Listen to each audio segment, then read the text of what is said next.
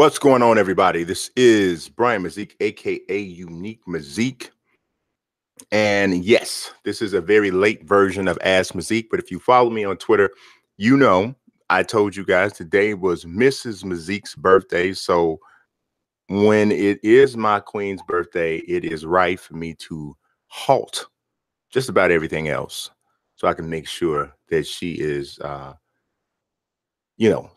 tended to and pampered and all those other different types of things. Want to make sure, that she gets the respect and the love she's supposed to get, because Lord knows she takes care of me. So that's why we're late. So there's still a lot going on in the world of entertainment, video games, to just everything, right? Who saw Black Panther? I think this is the first time I got a chance to talk to you guys since Black Panther came out. Oh my God. We just took my son to see it again tonight. This is my second time seeing it. I've actually already seen it twice. I cannot remember the last time I saw a movie twice in a row this quick. I mean, it's been a long time since it's been a long time. Like I really don't recall when that happened. So, Elijah Pagis is already in the chat, and he's saying Drummond is greater than a prime MVP Shaq. Okay, somebody is really on some Detroit Motor City dope right there. But all right, I feel you. I'm with you, man. Not really, but I understand I understand your passion. So what else? Of course, we got NBA 2K League stuff going on, man. If you didn't get a chance to see my passionate review of Black Panther, go back and take a look at that. If you haven't subscribed yet to the channel, do that. If you just want to click on the channel now just to look back at the previous videos, make sure you take a look at that. In my personal opinion, I think it's incontrovertible that Black Panther was an outstanding movie. Now, that's one of my words of the week. My latest one is incontrovertible. Take a look at that video too. Is out there. Last week I hit y'all with a dust, which means scorched or burned. So come on, keep up with me, y'all, with these words of the week. I'm going through some preparation to put that stuff together. I think it's a cool concept. You guys take a look at it. But we're gonna jump into the question of the week right now. I mean, we don't need to wait. Ain't no need to wait. Ain't no need, not the question of the week. We're going to jump into the questions because I haven't really been doing a question of the week. The first question comes from my man, Palster, and he says, from the move sets of current and former UFC fighters, what 3 specific moves, for an example, Dan Henderson's overhand right or Edson Barbosa's leg kick, would you give a new fighter? That's a very interesting question. But I would absolutely take one of those that you referenced one of those things that you referenced. The first thing is, yes, I would take Edson Barbosa's leg kick for sure. It is nasty. I mean, I haven't seen anybody fire off the leg kicks as quickly as he did, even against Khabib Nurmagomedov, who was a machine. I think he was having some effect with the leg kicks, but I think he didn't. Khabib's pressure just was so just ridiculous that he couldn't really mount that offense the way he wanted to. But yes, the leg kicks are definitely something that I would mention for Barbosa as one of the 3 moves that you if you're a UFC, if you're a mixed martial artist, you may want to have that. Daniel Cormier's double leg takedown. I mean, whoa. And even Daniel Cormier's suplex. I mean, but I think the double leg is a little bit more of it's a more practical move. So, because you'll find yourself in a position where you can hit a double leg before you find yourself in a position to hit a suplex more often than not. But Daniel Cormier's double leg takedown is for real. It really is. And I'm going to tell you another one. Now, Dan Henderson's overhand right is definitely is formidable. But I would actually take Conor McGregor's counter left hook over Dan's big right hand. Reason being is because Conor's punches are more accurate and they're harder to see coming. Now, I know a lot of people have been hit with Dan Henderson's overhand right, knowing that it's coming, knowing that's his primary thing. and they still got hit with it. But McGregor's is a little different, man, because it's like it comes so quick. It doesn't even look as though he throws it with much effort. It's just right on the chin. Ask Jose Aldo. It can be destructive. So I would have to say that one is the one that I'd say, yeah, you got to watch that. You got to watch that. Nino24 says he is top 5 in assists for power forwards on NBA 2K Lab. I got to check that. You probably were added after I went to press with that. So that's probably why, if it wasn't in there, but that's definitely a good job there. Nino. Spencer Lane says, what happens between the combine and draft for the 2K League? Just a dead period and hope you get a phone call, or is there more? They haven't really said, man. Honestly, they haven't really said what's going to happen, how that's going to work out, how people are going to be contacted. I think that what's going to happen is the people who have qualified or who have impressed enough at the combine, I think that's when you'll start to see the powers that be start to take a look at these applications, the online applications that have been completed. Oh yeah, you know what? You were saying something, Nino. He said you were saying that you're a top 5 in assists. And I'm like, your name sounds familiar. Like I did actually talk about you, but I couldn't remember off the top of my head. But yeah, absolutely, for sure. But Spencer, yeah. So I think that's when they're going to start to evaluate those applications, and they're going to say, okay. That's why some of those questions on the application were a little literally like an interview question. So they're trying to do like a screening, so to speak, before they get to the next step. So I think that they may eliminate some people based off of answers or things like that. However, people answered those questions on the application, I don't know exactly. But I then think people may be contacted from there, and then they may have to then come in for like face-to-face interviews at that point. So I don't know, man. A lot of this stuff is just coming together as it goes. If you really want to know the truth, man, a lot of this stuff just is coming together as it goes. It's the first year for this league, and yeah. So we'll see. All right, let's take a look at the next question. Bang bang boogie, let's go. This one also comes from Palster, and he said LeBron gets a lot of hate, mostly unfair. But what is his, KD's, and Steph's most overrated qualities or abilities? Pastor is coming with that fire tonight, ain't he? I'm talking about in-depth, thought-provoking questions. Get him. Get him. So LeBron's most overrated quality. I would say right now, his most overrated quality is his defense, because he has taken a step back as a defender. There was a time where LeBron was such a centerpiece of his team's defensive efforts that it was just like, wow. It's like, is it two of this guy on the floor because of how much ground he covered? I think he can still do it in spots, but he can't do it the way he used to. Like, say, for an example, I believe it was 2010 Eastern Conference Finals. They literally put LeBron on Derrick Rose and said, okay, I got him.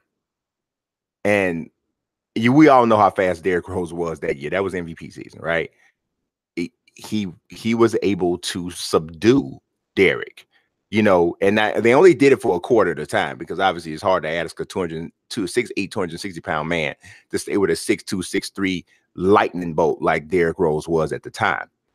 And LeBron did a outstanding job in one-on-one defense on this dude that was probably the hardest dude to stay in front of in the NBA at the time.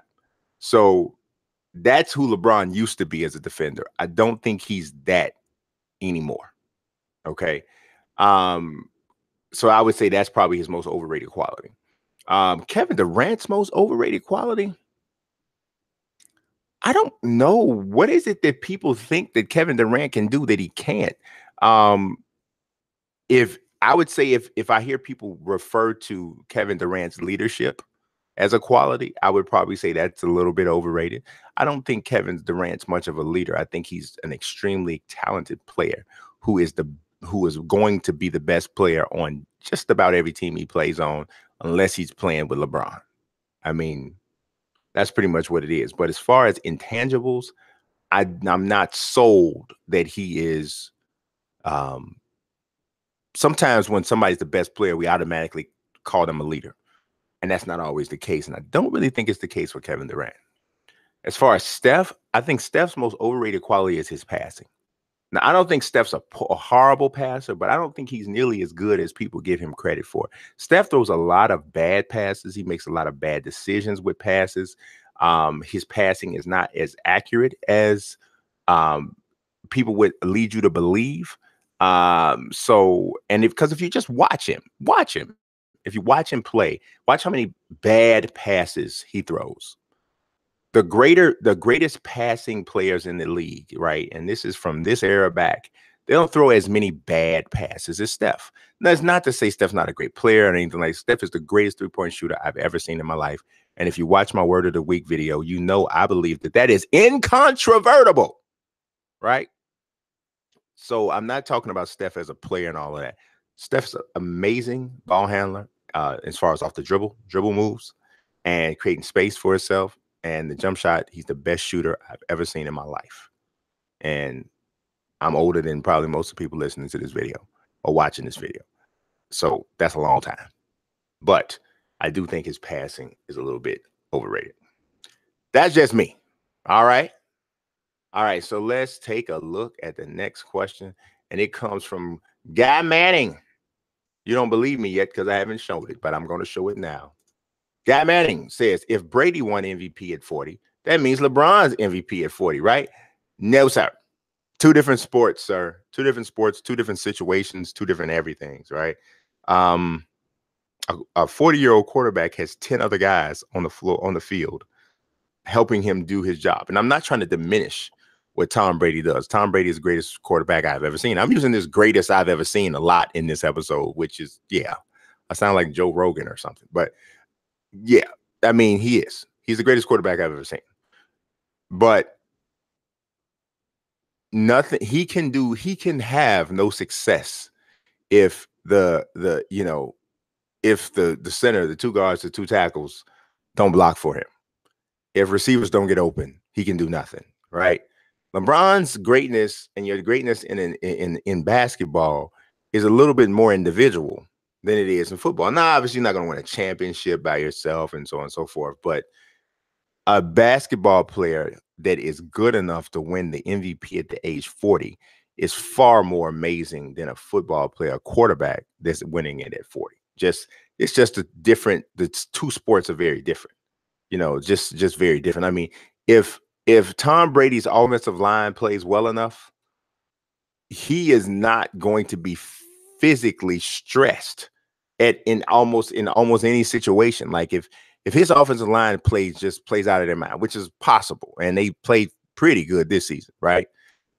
Tom Brady's not going to hit the dirt a lot. He's not going to take a lot of punishment, that sort of thing. If LeBron is playing at 40 and winning MVP, he's seeing double teams, he's seeing triple teams, he's getting fouled, he's going to the free throw line a lot. There's a lot more goes into it, and LeBron is would be required to be far more athletically active than Tom Brady would be. And then now, say for instance, we were talking about a 40-year-old running back or something like that, or a 40-year-old wide receiver. Then athletically, it might be on the same part because of the physical taxation on the body. But as a quarterback, especially a quarterback who is not a runner, I think it would be more impressive for LeBron to win MVP at 40 than it is for Tom Brady. That's just what I think. All right, let's go to our next question, which also comes from Guy Manning. And this time, Guy is asking, do you think that the NBA should change to a 20-second shot clock? And how would it change the NBA as a whole if it did happen? I think that is a terrible idea, Guy. I do. I think the game has already been played like it's in the microwave right now. And I'm not talking about Benny Johnson. And I don't think that would help the game at all. It would just speed the game up even more. It would be even less defense played, which is something that I don't like about the NBA right now. So, yeah, I don't see any benefit at all in speeding up the game in that way. I do think that the college basketball shot clock should be shortened to more mirror or get closer to the NBA. I also think the three-point line should be pushed out some as well. But yeah, I don't think coming below 24 seconds is smart at all. All right, let's see what else do we got here. Gabriel Hunt's in the chat. He says, "What's happening, franchise? What's happening, Gabriel?" And Three Cross said, "Could subdue D Rose, but couldn't subdue Jason Terry." Well, we think about not subduing Jason Terry is if you look at that Dallas team and that Chicago team, the biggest difference was the amount of weapons on the floor. Dallas had a lot more weapons on the floor offensively than the Bulls did. The Bulls were a very one-dimensional offensive team that year. It was like Derrick Rose, Carlos Boozer, and Luol Deng, and anybody else that scored, you just clap your hands and be happy because, nobody else on that, Derrick was the only one that could get his own shot.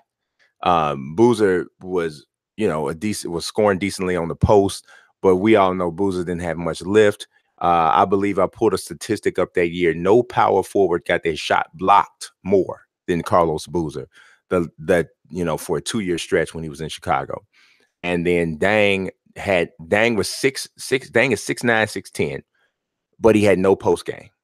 So when Miami put LeBron on Derrick Rose, that meant that now Dwayne Wade was guarding Luol Deng. Now, I know Dwayne Wade is one of the best defensive shooting guards in the history of the league, but Dwayne Wade is 6'3", 6'4", if you're really being generous, against a 6'9" guy.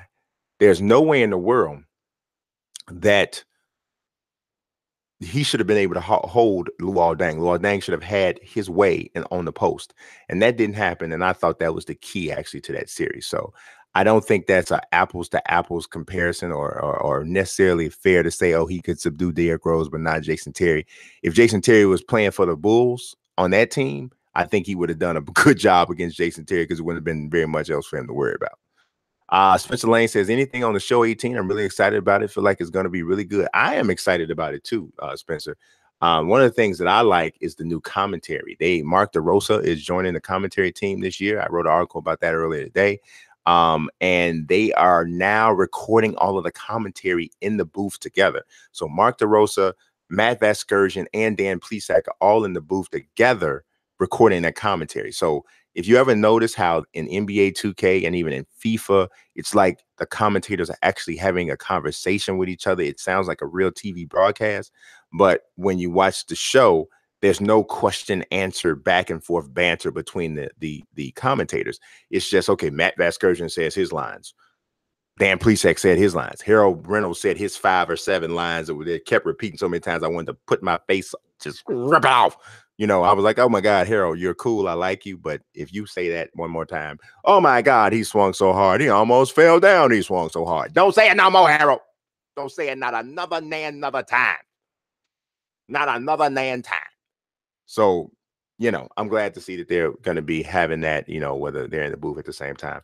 One of the other things that I like too is the dynamic crowd and animation. So if you're getting blown out, you'll see people leaving. Sorry, yeah, Eminem. So I thought it was really, really cool from what I've seen. So what I don't like is that there's no creative ballpark. That's some trash. Absolutely some trash. So I got a video I'm going to put up. I'm going to take the segment I did from this past week's Mazik Speaks.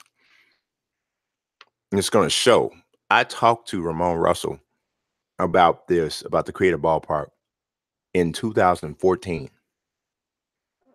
When this was the first year that the show was on PS4.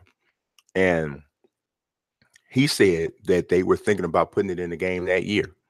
He said it was very high on their priority list, but it didn't make it. So I'm like, okay, first year on next gen consoles, okay. Okay, that's MLB 14, MLB 15, MLB 16, MLB 17, and now MLB 18. So 15, 16, 17, 18. 4 versions? 4 more years? What is this? The Trump administration? 4 more years and we still don't have the creative ballpark. I don't understand. So I just want somebody to explain to me why it's not there. I'm not like saying let's kill them all or whatever.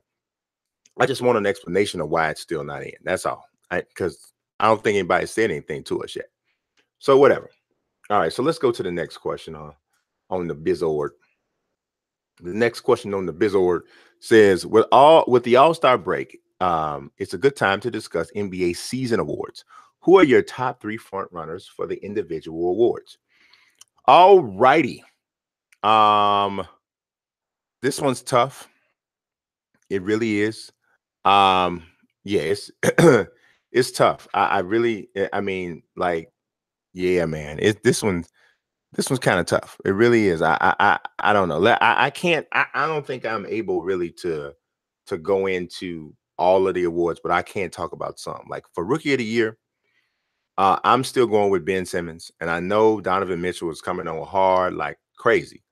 But I think that Ben Simmons is still number 1, Donovan Mitchell is number 2, and Jason Tatum is number 3. For the MVP is a tough one for sure.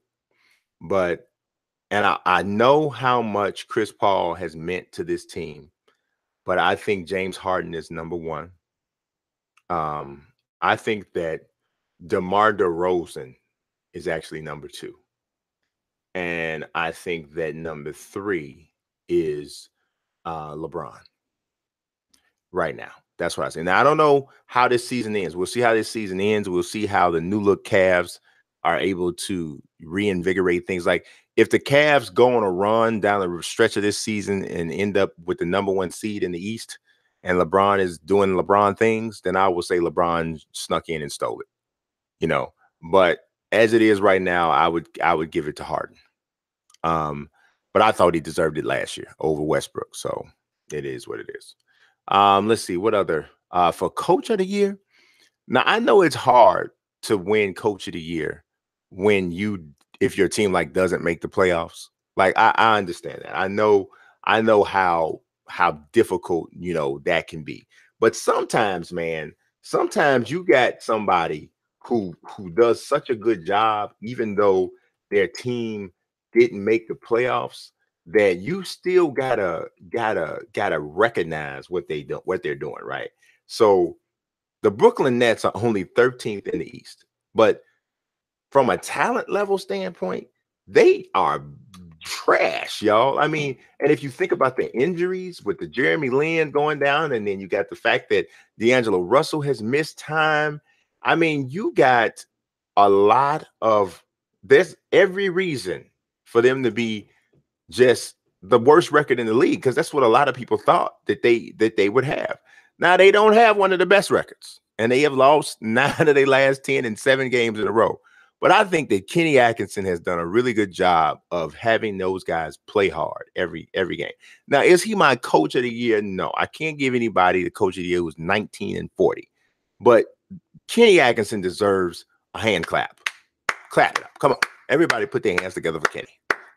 Clap for Kenny, because doggone it, that team is fortunate to have 19 wins. If we really want to be real about it, 19 wins for that team, they are some hot trash, y'all. I mean, everybody knows that. I mean, dude, when they lost Jeremy Lin and they lost D'Angelo Russell, I mean, even with Jeremy Lin, we knew the team was bad. But I mean, so come on, man. You guys got to look at that, right? But I don't know. My Coach of the Year would have to be Nate McMillan for the Pacers. Nobody expected the Pacers to be. I mean, a lot of people would have thought the Pacers wouldn't make the playoffs at all.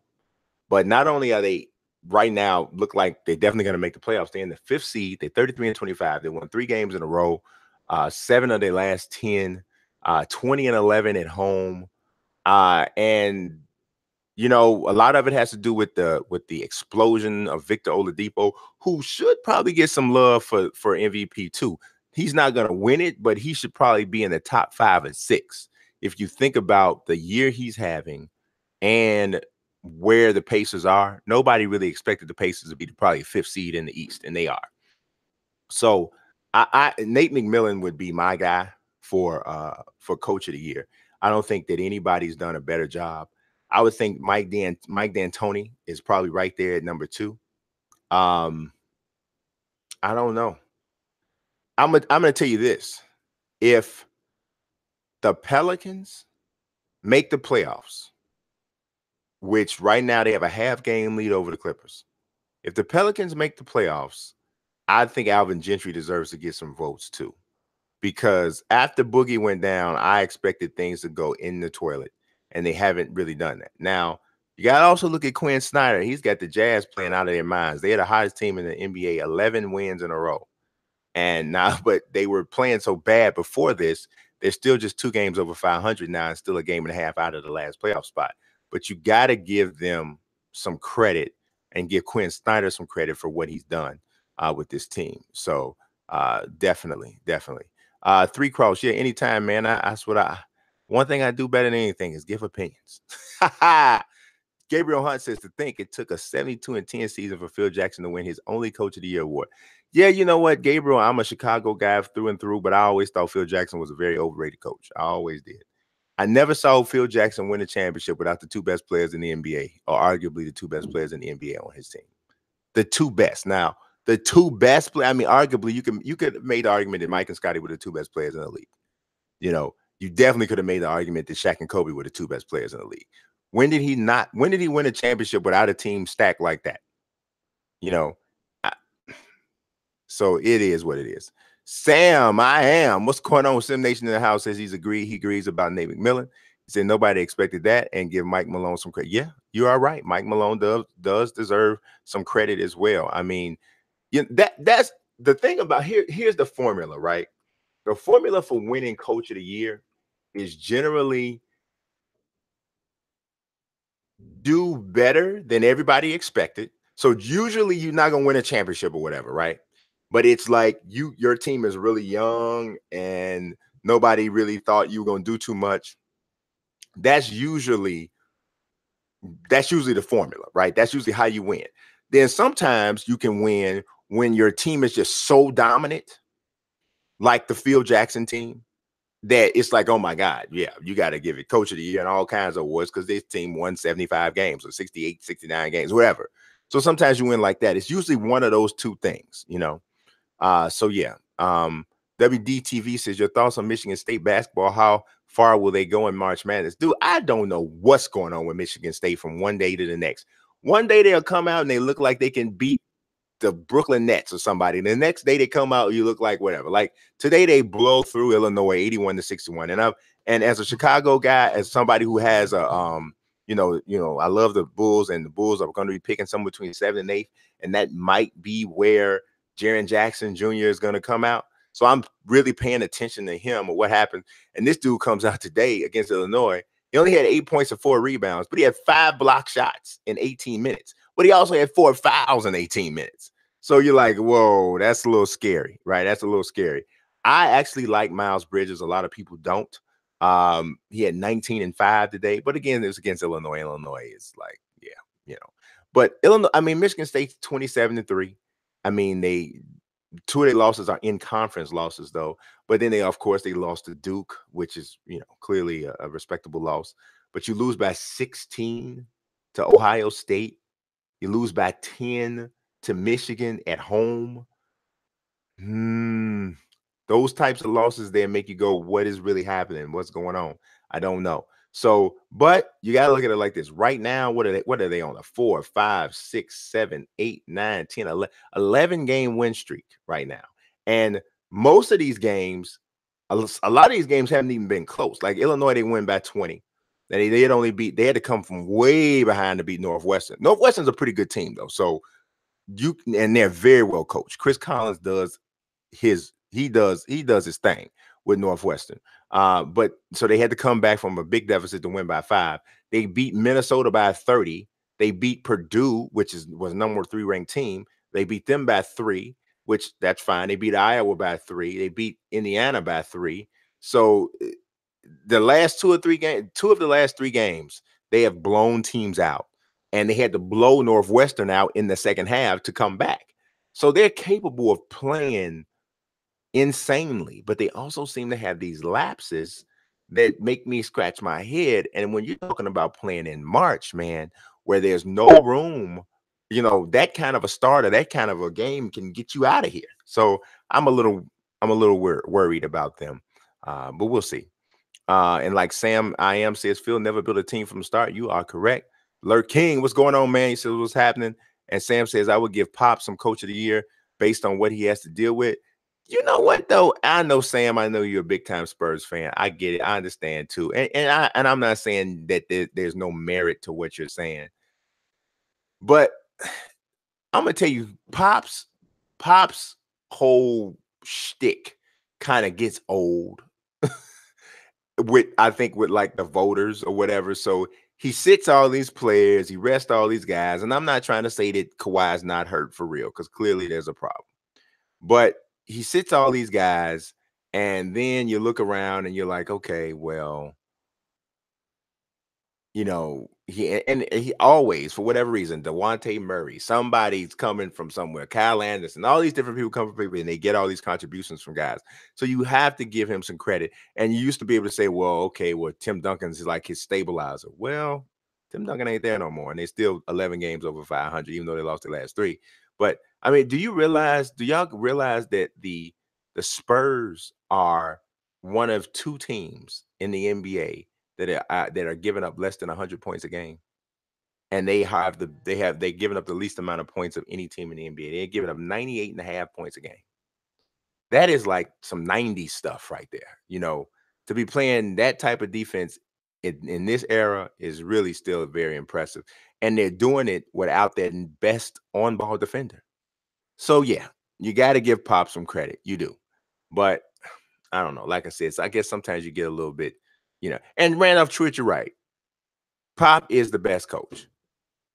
You know, Pop is the best coach in the NBA. I think I think that Stevens is second. He's right there. But Jonathan Simmons to Orlando, yeah, they could definitely be using him right now, especially with Kawhi out. There's no telling what could be happening right now if Jonathan Simmons was still there. So we'll see. All right, let's go on to the next question. What do we got here? We got to get something going. All right, our next question comes. Who does it come from? This one is Pal Story. He says, "Oh no, we already did that one." All right, we've gotten beside ourselves. All right, here we go.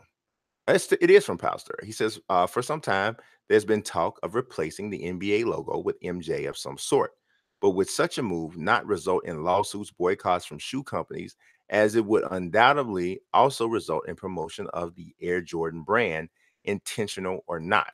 I told you, Pastor got that fire happening today, man. He ain't playing no games. Everybody, you want to ask a little silly little question or something? Not Pastor. He said, you know what? I'm going to tap into the most intellectual corner of my mind, and I'm going to deliver some questions for the bald-head black man, and he's going to have to answer them. Kabloom. Well, I actually think you're right. I do. I've always thought that Mike's impact on the game was so significant that he does deserve to be a portion of the logo. He does. But my thought, even above not above, but my thought even before I got to the legal aspect of it was, yes, Mike's great. Mike's been, oh my God, to the league, to the game, to the sport. But how do you put Mike in as the logo without disrespecting Jerry West? Like, there's no question. Michael Jordan is a greater player. He had a greater career than Jerry West. As great as Jerry West was amazing, right? But Michael Jordan had a greater career. 6 championships. Oh my God. We know. You know the deal, right? But you chose Jerry West. The league chose Jerry West decades ago to be the face of their league. The league is profitable as crazy. That logo is synonymous with everything NBA, and nobody has a problem with it, really. Nobody has like the Michael Jordan conversation is something that comes up and lasts maybe 15, 20 minutes, and then it goes away because there's no issue, right? And it would be different if Jerry West was Donald Sterling or something. He did something that made something this stupid. Then yeah, you might have to think about doing something different. But I just don't think that you can do that without disrespecting him. And then not only disrespecting him, you're also somewhat disrespecting the Lakers. And the Lakers are one of the signature face franchises of the league. So while yes, I do think you would be given some non-negotiated, non-compensated attention and advertising and marketing to the Jordan brand. Even before that, just from a human level, you'd be insulting Jerry West. And I just don't think that you can really do that, and it'd be cool, you know. So that's just my thought there. All right, next question comes from James Carson. I believe James is a new Ask FPer, and I appreciate you for stepping through. And he's also been watching Word of the Week. Look at this. He says, is it safe to say that it is incontrovertible? You are the biggest Chicago Bulls fan on Sim Hangout. You better believe it. It's incontrovertible.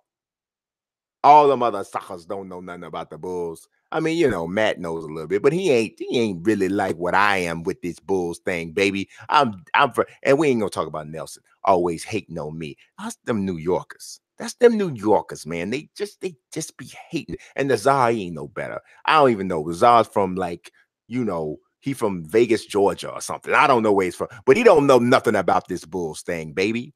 You don't know nothing about it. It's incontrovertible. I'm the biggest Bulls fan, and they just hate on Chicago. That's what they do. They hate on us. Anyway, he says, on a serious note, how do you think the Bulls will finish their season in the East? Oh, so now you're going to joke. Now you're going to hit me in the face with a brick. Okay. Okay. I feel you. Now we're going to go to the Bulls and how bad they're going to be. Okay. I'm with you. I'm there. Right now, the Bulls are 20-37. What is this?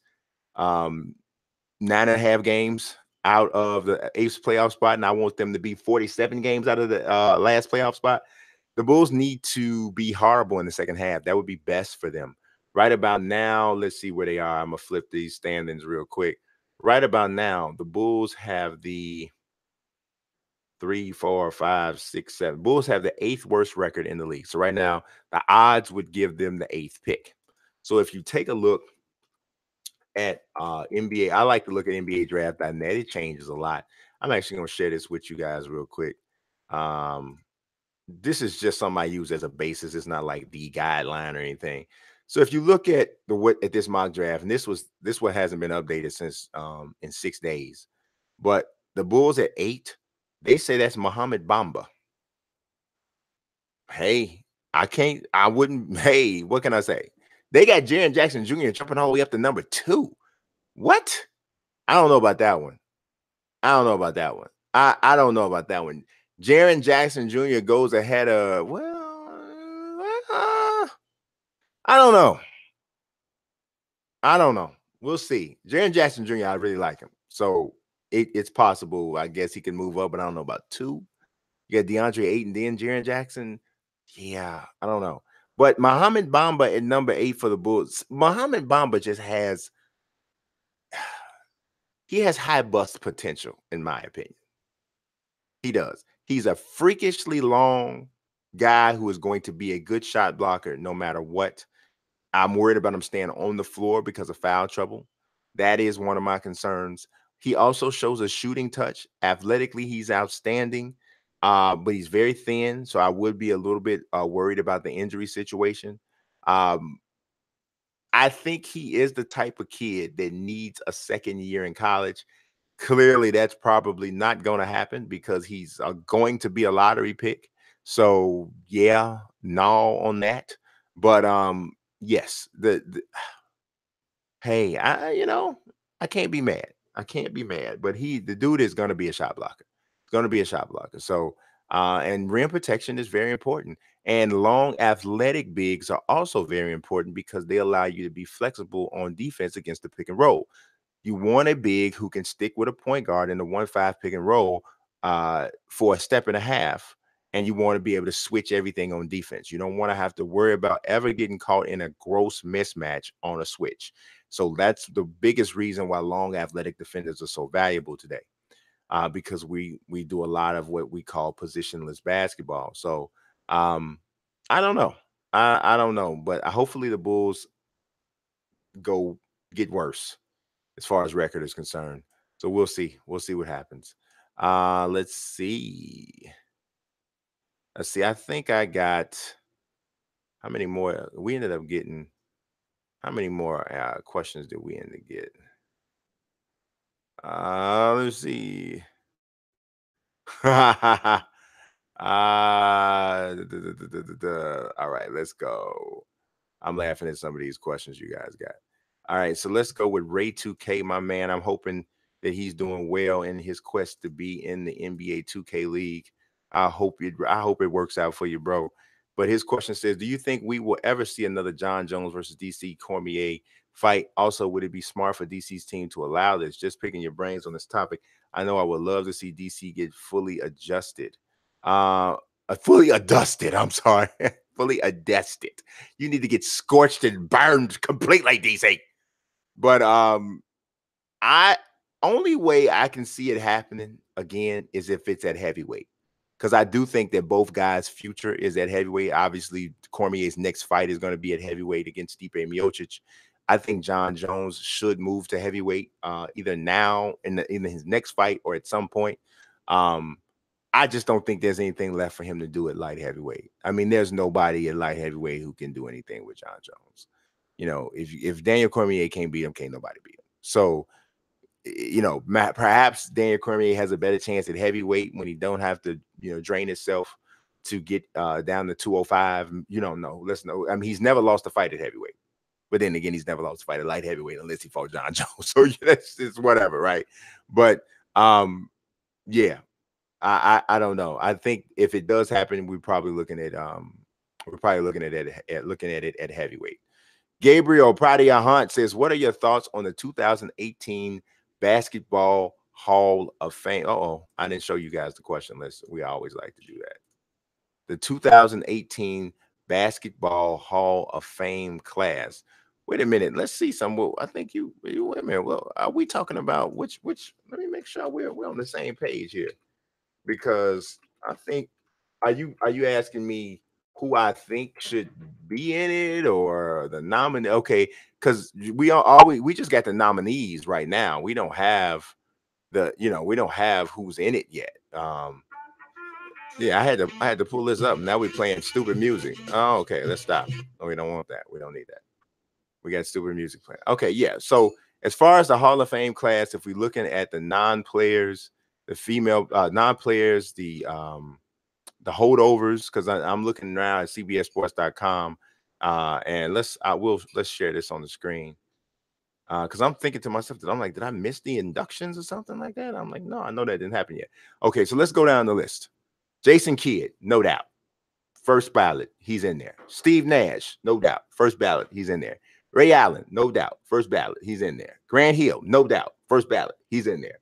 Chauncey Billups, no. I don't know. I don't know. I'm not 100% on that. Richard Hamilton, in my opinion, no. All respect to Rip, but when I think Rip, I don't think Hall of Fame. Think really, really, really good player in his prime, but not a Hall of Famer. Chauncey's a little closer to me, and I know Rip was the #1 scorer on the championship teams in Detroit. I know he was, but no, those last two, yeah, those are shaky. And some people might say Grant Hill. How's Grant Hill number? Grant Hill to me was the best, was top 3-4 player in the NBA for about a 4 to 5 year stretch. And then coming back from the injuries, yeah, I think to me, I think he is. I would understand somebody saying no. Okay, so let's do this. Since we're talking about that. Now let's take a look at Grant Hill statistics, right? And accomplishments in the whole nine, right? So Grant Hill, if you look at Grant Hill from rookie season, I hope you guys can see this. Let's see if we can blow this up a little bit. We can look at it. All right. We went too big. Okay. Grant Hill, rookie year, 94, 95, 22 years in a row. Might as well say average 20 a game. 26 and a half and 5, 1.8 steals. 20, almost 10 boards, 7 assists. 21, 9 boards, 7.3 assists. 21, 7.7 rebounds, 6.8 assists. Next year, 21, 7.1, 6 assists a game. Next year, 25.8, 6.6 rebounds, 5.2 assists. This is 6 years in a row with silly stats. Like literally for 6 years, the first 6 years of his career, he was probably one of the 5 best players in the NBA. Probably in some of those years, he was one of the 3 best players in the NBA. So yeah, then that's when the injuries started happening. In 2000, yeah, it was a wreck. 2001, 2002, it was a wreck. 2002, 2003 was a wreck. He didn't even play in 03, 04. Comes back in 04, 05. People forget he was an all-star, averaged almost pretty much 20 a game, 4.7 rebounds, 3.3 assists. The rest of these seasons are respectable seasons, but I don't know, man. I'm because of how good he was, I'm saying he's a Hall of Fame.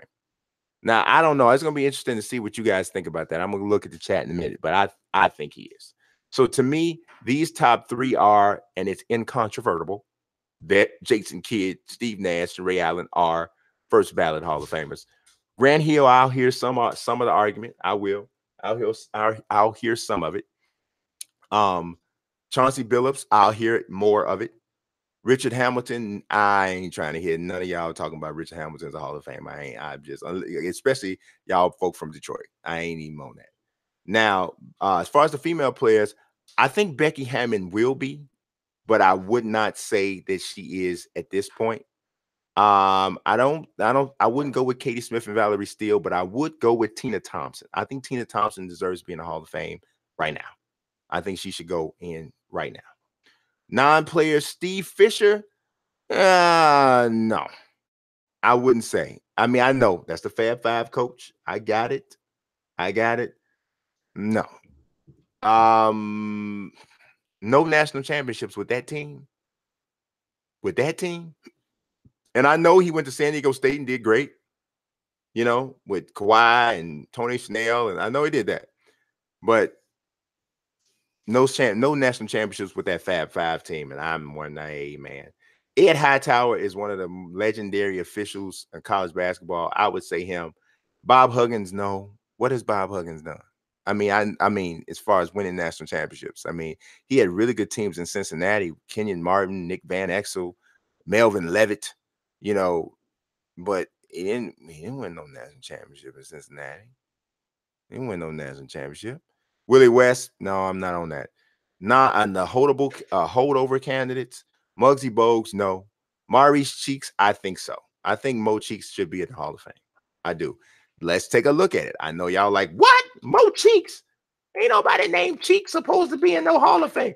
Let's take a look. Let's take a hot look at it right now, since y'all want to get just downright unruly about it. Since you want to act up. Since you want to act like that about it. All right, so obviously as a scorer early on in his career, he wasn't doing much. But if you look, he was not a scoring point guard. He's a passing point guard, and he's a defensive guy. Look at the steals. 1, 2, 3, 4, 5, 6, 7, 8, 9, 10. First 10 seasons of his career, he averaged over 2 steals a game. You understand what I'm telling you right now? Do you smell what I'm talking about right now? Do you see it? All right, now let's look at assist to turnover ratio. Every single season, you see what I'm saying here? Do you feel what I'm trying to tell you? We definitely up over 2 to 1. And in a lot of these seasons, several of them we're over 3 to 1 in assist to turnover ratio. He's taking care of the ball in a major way. Now, he never averaged over 15.6 a game, but you also got to remember he was the starting point guard and a major contributor for a championship team. 85, 86, he played the most minutes per game, okay? He was a good shooter, mid-range shooter. The three-pointer was not a big part of team's game at that point, so he only shot 0.2 threes a game in his career. But Cheeks, I thought, if you're giving some credit to defense, this is why I would almost say Chauncey Billups, maybe, but I like Mo Cheeks as a Hall of Famer. I do, especially not as a first. It's not a first ballot Hall of Famer. I think he should be there. Right now, Tim Hardaway. I think Tim, I know y'all saying this is Chicago bias because both of these two people I just said should be in the Hall of Fame that's the wrong Hardaway. I got the son. All right, Tim Senior. All right, dude, Tim, the injuries kind of mess with him a little bit, right? but 22.9 and 10 assists, 23.4, 10 assists, 21 and a half and 10 assists, 20 and 9.3. Started to dip off, but then he reinvented himself once he got to Miami, 20 and 8.6. Tim was a beast, man. Tim was a beast. Tim was a beast. Tim was one heck of a point guard in his prime. He really was. And I think that he definitely deserves I think he deserves. I really do. The one thing that does give me a little bit of pause with Hardaway is the non-championship thing. Because that is something we can lean on with Cheeks. That's something we can lean on with Chauncey, and even with Hamilton. But you can't lean on that with Tim Hardaway because he didn't get it. So, yeah. So Sidney Moncrief, I think, should be a Hall of Famer. I don't know a lot of these holdover guys. Dude, Sidney Moncrief was one of the best on-ball defenders in the NBA history on the perimeter, and he scored. I mean, Sidney, y'all might not realize how good of a player Sidney Moncrief was. I mean, Sidney Moncrief was a look at these numbers. Are you looking at this? Don't answer back, but I'm saying 5 years in a row over 20 a game. He didn't play long, right? And defensively, look at this. Look at this. Look at this. Look at this. 2-time defensive player of the year, 5 times all NBA, 5 times all defensive player, and 5-time all-star. Yeah, they called him the squid. You know why? All them arms, man. All them arms on defense. I'm trying to tell you, the dude was sick. Now, Jack Sikma, I also think, should be in the Hall of Fame. You want to know why Jack Sikma is in the Hall of Fame? I'm going to show you why Jack. I put this out as a trivia question once before, and I know you saying I'm like Oprah right now. You get a Hall of Fame jacket. You get a Hall of Fame jacket. You get a. No, I'm not on that. So I just relax. Jack Sikma is the only 7-time All-Star in NBA history who is Hall of Fame eligible, who is not in the Hall of Fame. Do you understand what I'm saying to you? Of every single player who has ever played the game, who is a 7-time NBA All-Star, every one of them who is Hall of Fame eligible is in the Hall of Fame, except for Jack Sikma. Come on, something's got to be wrong with that. Jack Sikma was as solid as you're going to be. 20 and 13 in 81-82. He was a part of a championship team. I think it was the 79-80 Seattle Supersonics. I think it was. Yeah, I'm sorry, 78-79 Supersonics. And check this out. He is the tallest man in NBA history to ever lead the league in free throw percentage. 87-88. He shot 92% from the free throw line. Can you imagine? Now you saw as the three-pointer became more prevalent in the league and Big started to shoot it more. 88, 89, 89, 90. Now Jack was already 33 years old. He started shooting the three with some regularity. Look at these percentages: 38%, 34, 34.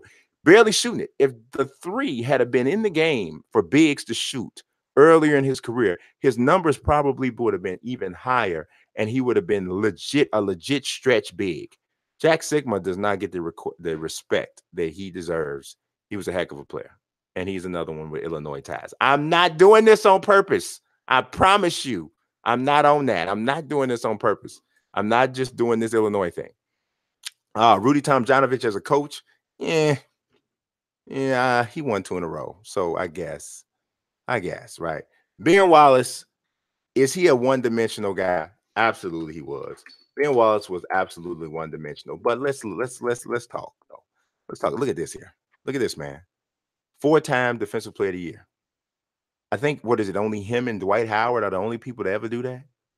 He did win the championship. He was a 4-time All-Star. How many did Dwight win? Oh, Dwight won 3.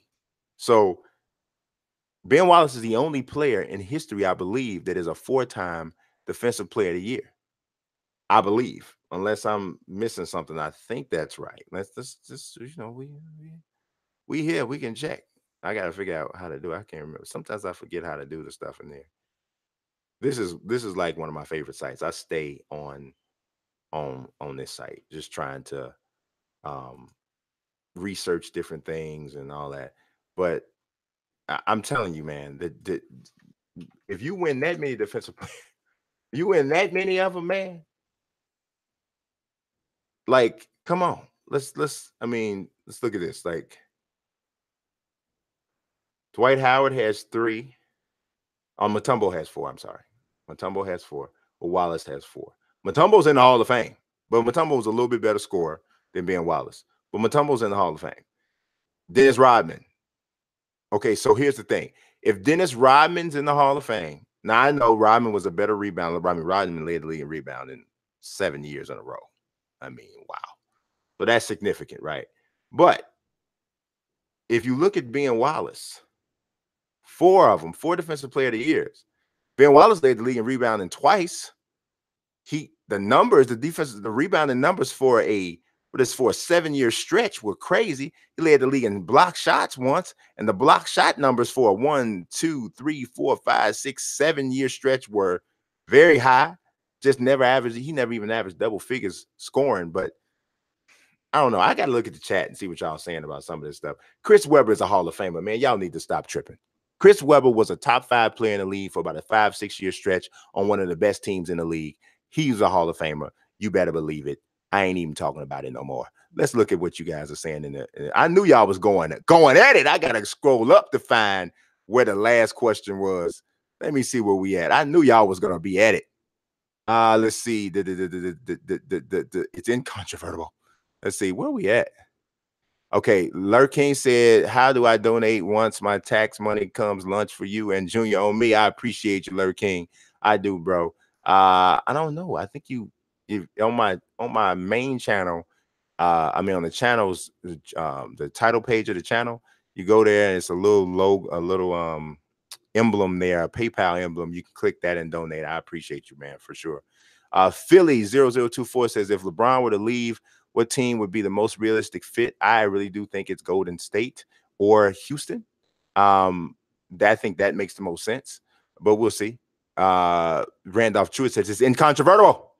Sam says, name the MVP award after MJ. Yeah, you know what? That is a really, you know what, Sam? That is that. Now that's how you do it. That's what you do it, and you make the doggone MVP award the Mike's. That's the one. There you go. That is the one for sure. That is the one. I'm all with that. I'm all for that. Randolph Truitt says, leave Mike on the Hornets jersey, and that's about it. And I love Mike. Gabriel Hunt says, do you think NBA should retire 23 league-wide, much like Gretzky and Jackie Robinson? I do. And y'all know I'm critical of Mike sometimes. I really am. But, yes, I don't think nobody else should wear 23 in basketball, period. You know, because I wouldn't his thing, the equivalence of him and Jackie Robinson is not really, to me, a good comparison, because Jackie Robinson's whole thing is much bigger than sports and accomplishments and on-court greatness, right? Mike's thing is all about on-court greatness because he hasn't really done anything else outside of being really great at basketball. You know, he hasn't really done a lot on that end. Mike played basketball. He played really, really good. So socially, he just found a pulse, basically. You know what I'm saying? So Jackie Robinson is so much more than just baseball. Gretzky, though, Gretzky and Mike, that's very much. Gretzky's the greatest. He's amazing. He's one of the great. He's probably the greatest player ever, right?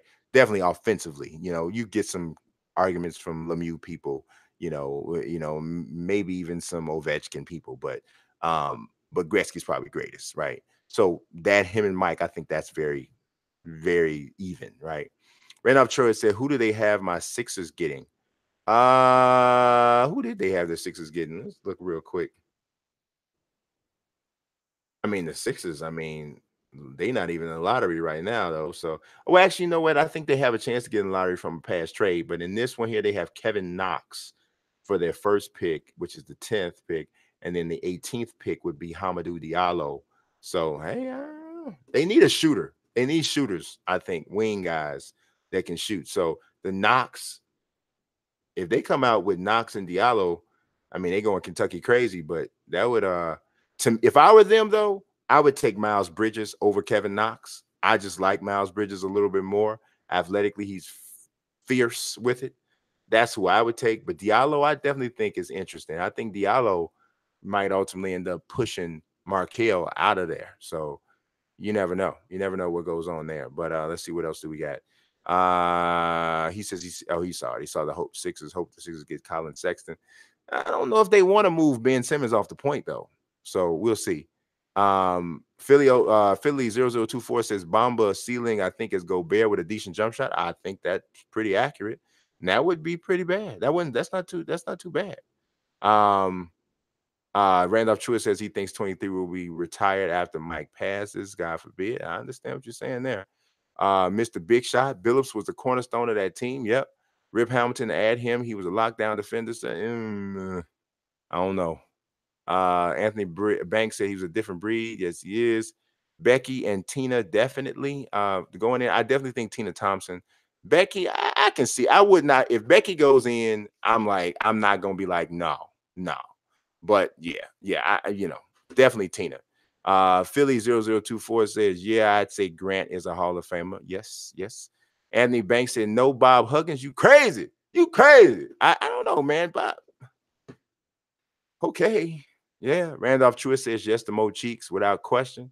Philly says thinks Mo Cheeks is overdue for the Hall of Fame. That's what I'm saying. Defensive lockdown, baby. He said Ant Banks says that's like him in 2K. Tonio 5100 says Mo Cheeks from the Robert Taylor Homes in Chicago. Represent, baby. That's right. I ain't from Robert Taylor, but we from Chicago, so, we got to rep. You know what I'm saying. Randolph Truitt says that's why I say Rip in the Hall too, because of the defense, I guess. Ant Banks says no, not Rip. Antonio 5100 says, so is Chris Paul the Hall of Fame? Absolutely. Hall of Fame first ballot, baby. Schmendrick, what's up? Sim Nation says he definitely. Come on, man. If CP3 in the Hall of Fame, y'all, but at first ballot, they would have closed that sucker down. Don't open the doors, not another time. If CP3 ain't in there on the first ballot, I don't care if he don't make another jump shot or another lob ever in his life. He's in the Hall of Fame already. Randolph Truitt said Tim had one of the best crossovers. Yes, he did. Rip shot 49% from 3 in 05-06. He did. He shot only like 1.5 of them a game, I believe, or something like that, but he did. Rip and Chauncey's are toss-ups for the Hall of Fame, in my opinion. Yeah. I mean, I can see that. Ann Banks said they don't respect Sikma. Clearly. Tonio 5100 says some dudes don't deserve to be in the Hall of Fame, but because they were on winning teams, they'll get in. Looking at a dude like Draymond Green, probably going to get in because he played for the Warriors. But Draymond is the heart and soul of the team, though. Like statistically, no, he's not going to blow your mind. But if you watch that team and you know what's going on with that team, you know they don't win nothing without Dre. They don't win nothing without Day-Day. They don't. So I don't know if I can't just disrespect him like that because they statistically know he's not scoring 30 a game and all that, but they don't win nothing without Draymond Green. So I don't know. Randolph Truitt said Rip almost made the 50-40-90 club in 05-06. Yeah. And what the 50-40-90 club has what, 2 members ever? Was it Steve Nash and maybe somebody? I can't remember who else is 50-40-90, but I think Steve Nash is close. Sam I Am says he won the title with Glenn Rice and Ramil Robinson and named the MVP after Mike. And you tripping. Tim won the chip. Wait a minute, Tim. Wait a minute. No. Wait a minute. Tim Hardaway wasn't. Was Tim Hardaway on the team with Dwayne Wade? Wait a minute. Did I miss that? I mean, or did I forget that is what I should say? No, Tim Hardaway did not win no championship. I'm about to say I ain't crazy. I am a little bit, but not that crazy. I'm a little off, but I got look at this. Tim Hardaway did not win the championship with he wasn't on that team. Gary Payton was the point guard. Here's all of the accolades. Wait, I just took it off the screen. All the accolades right here. If they won a championship, it would be right here. Tim Hardaway is a 5-time All-Star, 5-time All-NBA, 89-90 All-Rookie, but he did not win the championship. He didn't get a ring. And that was my thing with him. But yeah, he didn't win the championship. You said he won the title with Glenn Rice and Ramil Robinson. Who won the title with Glenn Rice and Ramil at Michigan? Who we talking about? I don't know who we talking about. I'm not sure. So let's see. I don't know. So let's see. Ooh, I just messed up. Man, y'all went crazy. He the only four-time, yeah, unless Bill Russell. See, Draymond up next for that mini defensive player. He might be. Ben Wallace prime was kind of short. You are right about that one. Tonio 5100. You are correct about that. His prime was kind of short, and that does give me some pause there because when you are one-dimensional player and your prime is short, yeah, you're right. You're right about that. So maybe the best he gets is his number retired, which he already got. Chris Webber's a top 10 power forward of all time. Hey, I talent wise, he definitely is. Accomplishment wise, people could make an argument against it, but talent wise, definitely. Lurk King said LeBron's not a Hall of Famer. If I had a mute button or an eject button for Lurk King, I would click it right now because he clearly is crazy. Sam I am says, my bad about Tim. I'm thinking GP. Yep, there it is. That's right. Ant Banks says LeBron is the GOAT. I ain't gonna say the GOAT, but he's right there. He's right there. Kyrie, no. Sam's comment is incontrovertibly good. Incontrovertible. Let's see, Matt Anthony Banks says they play defense in hockey. Yes, they play defense in hockey. Philly 24 says, don't see how Bron can go to Warriors or Rockets because of cap flexibility. Call me crazy, but I think 76 has got a real chance in them. I do think so too.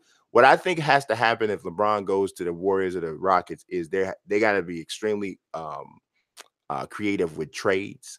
And I think one of the things that you have like with CP3 coming up and those guys and people like Durant coming up with free agency and things like that, those guys can take less money.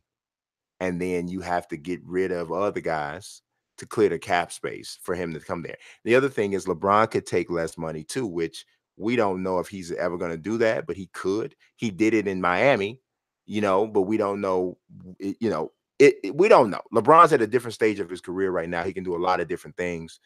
Just basically, it's like, hey, it's not about the money. Like I made a comment, I made this suggestion to my son and my wife. I said, you know what LeBron should do?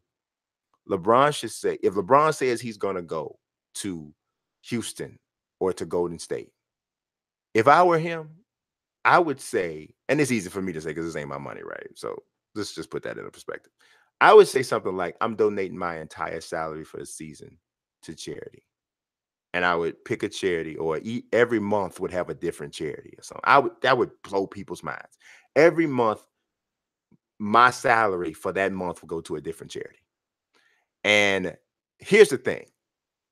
LeBron can sign a contract or some sort of sponsorship or endorsement deal with a variety of companies that will give him way more money than what he's going to make on a salary from the NBA. People don't realize how small of a percentage what LeBron James makes or can make comes from actually his NBA salary. LeBron probably doesn't even have to ever spend a dime of his salary. I'm sure 34, 32, whatever he makes, that can go completely in the bank. He don't even have to touch that. That's how much money he's making from Nike, Sprite, Blaze Pizza, the other things that he's involved with that he owns and all that. He probably don't even have to touch it. So if you think about that, it would be the greatest counter in the world for the heat that he's going to get, which doesn't matter because people are going to hate on LeBron either way. But the greatest counter in the world that he would get for leaving Cleveland and going to play for another super team. I'm telling you, if it was me, I'd do it. And I'd be like, y'all can say what y'all want to do. How many of you other people are, how many of you other people out here, or you guys who you said this is your favorite player, how many of them are donating their entire salary to charity every year or for 1 year at that? Bounce, kick rocks, go ahead. Tonio says LeBron and Philly won't work for multiple reasons. Let's see. WDTV says, who do you have the Lions getting in the draft and free agency? Whoa, that one, I'd have to have, you'd have to give me some time on that one, bro. I would, yeah. I'm I'm Bears centric most of the time, and I have not been covering NFL offseason this year. When I was with Bleacher Report, I wrote a lot of NFL draft stuff, but Forbes I haven't. So I'm gonna be honest with you, you'd have to give me you'd have to put that in a formal question to ask Mazik, and I'd have to see it and have some time to look it up and research it first before I can answer that question. I can tell you I do think they need another wide receiver though. I think that Marvin Jones and Golden Tate are both capable wide receivers, but I think they could still use another. I don't think they've ever gotten what they wanted from Eric Ebron, the tight end. So I think that's something that they could do, and also an impact running back. So now that I'm starting to think about it, they running game wise, they pretty shabby, bro. I mean, was Theo Riddick? I think a game changing running back would be something that would help really balance their offense out quite a bit. So if I'm them, I'm taking a running back. And I usually am not a proponent of taking a running back, but when you already have a prolific passing offense, which Stafford does well with the guy. I mean, he does okay. He's prone to some Stafford moments, but I think if having a dependable running game, which is something that he's really never had, I think it helped balance out some of those mistakes. Gabriel Hunt says Rudy T inserted Robert Horry at power forward to create the modern stretch for Hall of Fame. Hey, I cannot argue with that, Gabriel. That kind of stuff is huge. That type of innovation is huge. And I did not consider that. I'm only thinking about the 2 championships. And that's huge. That is very huge. So that is probably a big enough point for me to change my mind about what I said. I I do. Because I know that, but I hadn't thought about that when I'm thinking about his overall resume. And that's 100. That's 100. Randolph Chua says if LeBron comes to Philly, I have a heart attack like Uncle Elroy's wife in the next Friday when they hit the line. Yeah, I'm with you, bro. If he came to Chicago, I'd probably pass out too. And Banks said Cal Korver was 50, 40, 90. Sam I am. Let's see, what else do we get? You said if you retire 23 for Mike being the greatest, then you have to retire 32 and 33 for Magic and Bird and save it for saving the league. Drops the mic. Steve Fisher won with Ramil. Oh, he did win with Ramil. That's what Sam was saying. Yeah, okay. He did win with Ramil and Glenn Rice because I know for a fact because he beat the Flying Illini in the Final Four game. And I think they beat Andrew Gaze and Seton Hall in the championship. It was a terrible team, but for a national championship challenger. But yeah, you're right. You did. Yeah, so you know what? But still, I don't think he's a Hall of Famer because he should have won a national championship with the Fab Five. Yeah. And then it was a recruiting violation and people would, I don't know. But Magic and Bird for saving the league. But I ain't saying that didn't happen, right? And I'm not saying that ain't important because it is. But they're all gone, man. Mike, come on, man. I mean, come on, man. That's a whole different thing, brother. That's a whole different thing, brother. I don't know. Tonio says, see Robert Horry, another dude that don't deserve to be in the Hall of Fame. But I don't think Robert Horry is getting in the Hall of Fame. Robert Horry got a 475 championship rings, but I don't think he's going to get in. I don't. Anthony Banks said, if LeBron goes to Golden State, I'm only watching Euro League. Hunter Iggy says, I have a question. Can the Chicago Bulls from 98 win 3 more titles to 9 championships? It's possible. I hear people say that all the time, but who knows? Things happen, man. You don't know if people would have stayed healthy. You don't know. Mike had left, but we really don't know. And we don't know. We don't know what would happen. So it definitely would have been possible for sure. Tonio says if Horry played for the Hawks, Clippers, and Magic, he wouldn't be Hall of Fame. I don't think he's Hall of Fame worthy now, sir. I don't. Sam says, like Mike did his first year with the Wiz, he donated his whole salary. I'm telling you, that's what that's what you get. I mean, but Mike, I'm gonna tell you something. Mike probably had to donate his whole salary to charity because he was the owner at first. They had the sale party. It was all types of garbage going on at that time with Mike. So I ain't buying none of that stuff about Mike doing whatever. Philly 24 says, only guy that I can think of that donated their salary was Chris Long. Right. Chris Long did it. Kenny Halliday is Greer. I don't know what that means.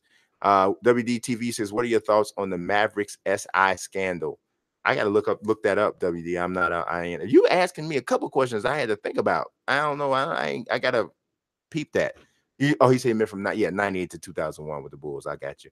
And then Lurk King says LeBron to Boston confirmed because Kyrie said on TV he might play again with Bron and Kyrie is a Celtic for life. So no, Lurk King, stop it, brother. Stop it. What's that Michael Jordan gift? Stop it. Get help, please. Young Tay says, what do you play as in the combine, and what do you think about the small forward? I actually don't play in the combine. But when I do play pro-am, I'm a stretch 5. So that archetype don't even exist in the combine. So I would have had to pick something I probably would have picked an athletic finisher. That's what I probably would have done if I was in it. So Philly 24 says, do you think a team will trade for Foles, and what do you think the Eagles will get for him? If I'm the Eagles, I'm not trading him for nothing but a first-round pick.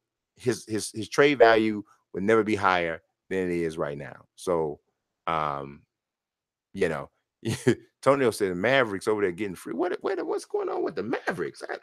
I know y'all. I told y'all it's Miss Mazique's birthday, so I don't know what all went on. So if this story broke today, I don't know what happened.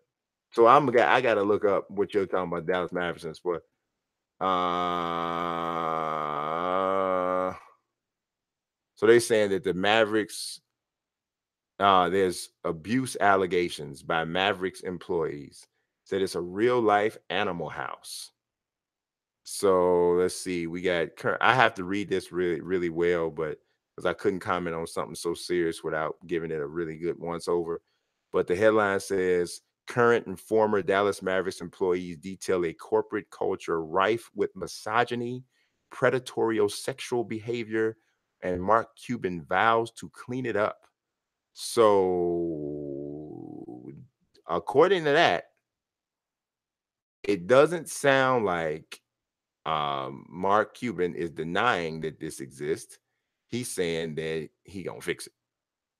So yeah, I don't know. Like I said, I need to read that fully before I said anything about it. But if that is going down, that's not good. That's pretty nasty. And yeah, that shouldn't be happening. But like I said, I would have to read more of that to be able to really say anything about it. Let's see. Sam says there's no Mike without Bird and Magic. Just remember this tape delay finals, how soon we forget.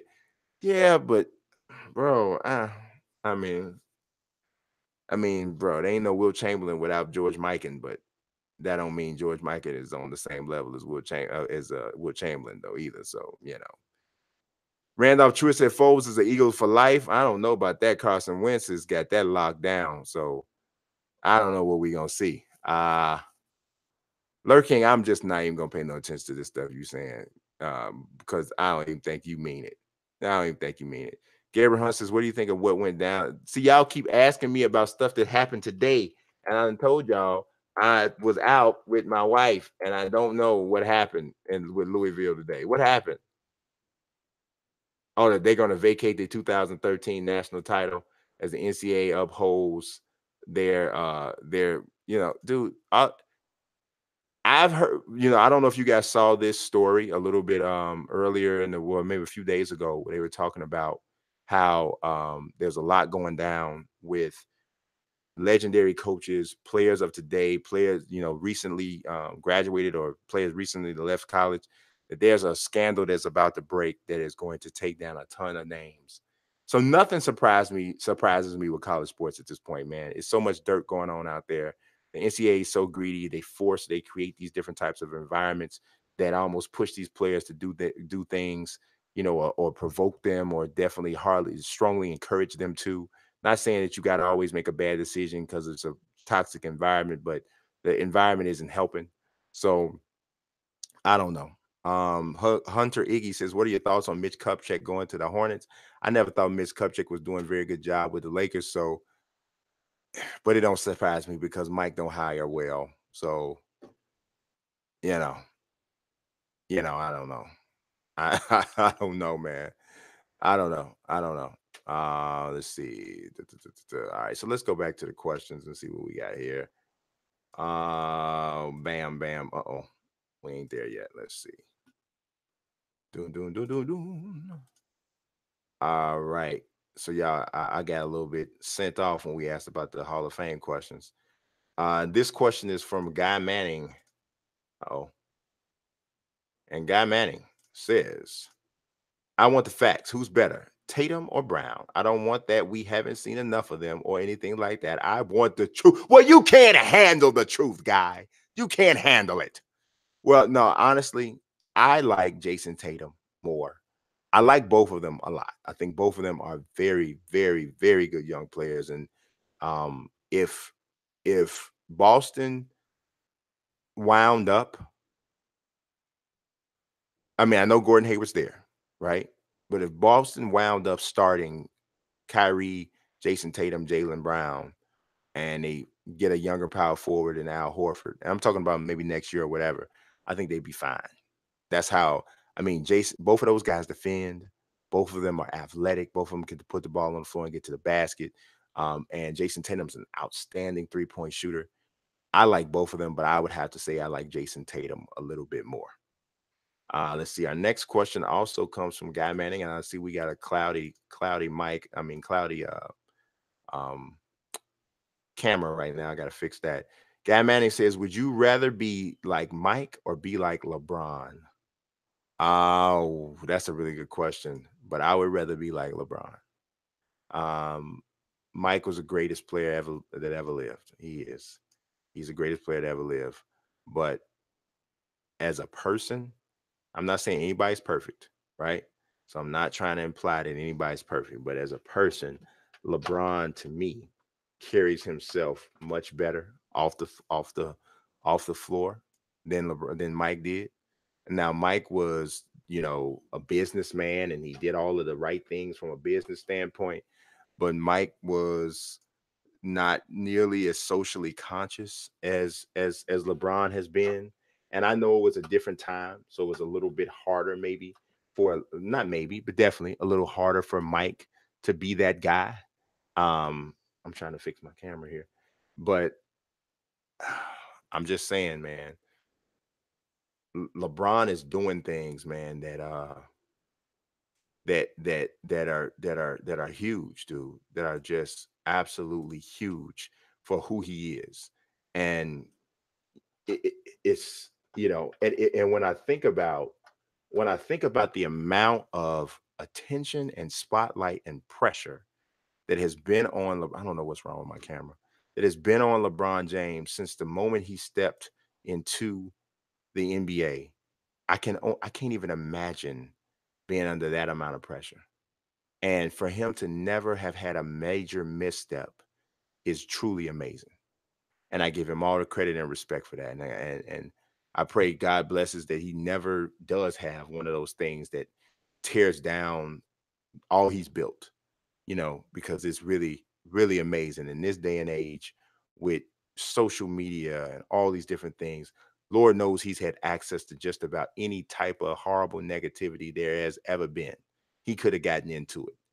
No father to help raise him, everything, man, just everything possible for LeBron to possibly fall off into. It's been there for him to do, but he hasn't done it. And I just pray that that's the way it stays. And ultimately, I do also hope that people one day do give him the respect that he deserves. Because he doesn't get it the way he deserves it, and it's unfortunate. All right, the next question comes from Guy Manning. He says, "Can Isaiah Thomas be a bust if he was a second round 30th pick?" No, Isaiah Thomas can never be a bust. I mean, he can be a free agent bust because if you overpay for him and then he's whatever, whatever. But as far as the draft, which is what you referencing here, no, he's already outperformed his draft slot. He's already outperformed his draft slot. There's nothing that can make him a bust because he's already done way more than it's supposed to be done being drafted where he was drafted. So that's over. Guy Manning says it's incontrovertible that Kyrie is better than Westbrook, right? All right, let me get my 75,000 VC for that. No, sir. It is not incontrovertible because Kyrie is not better than Russell Westbrook at all. Kyrie's a better shooter from a percentage standpoint, but and he's a better ball handler because there's nobody in the world that's a better ball handler than Kyrie. Now it's might be incontrovertible that Kyrie Irving is the best ball handler in the NBA, but Westbrook's a better defender. Westbrook can score in more ways because Westbrook can finish above the rim, below the rim. He can make jump shots. It's not as much as Kyrie, but he can make them. He gets to the free throw line. He can post.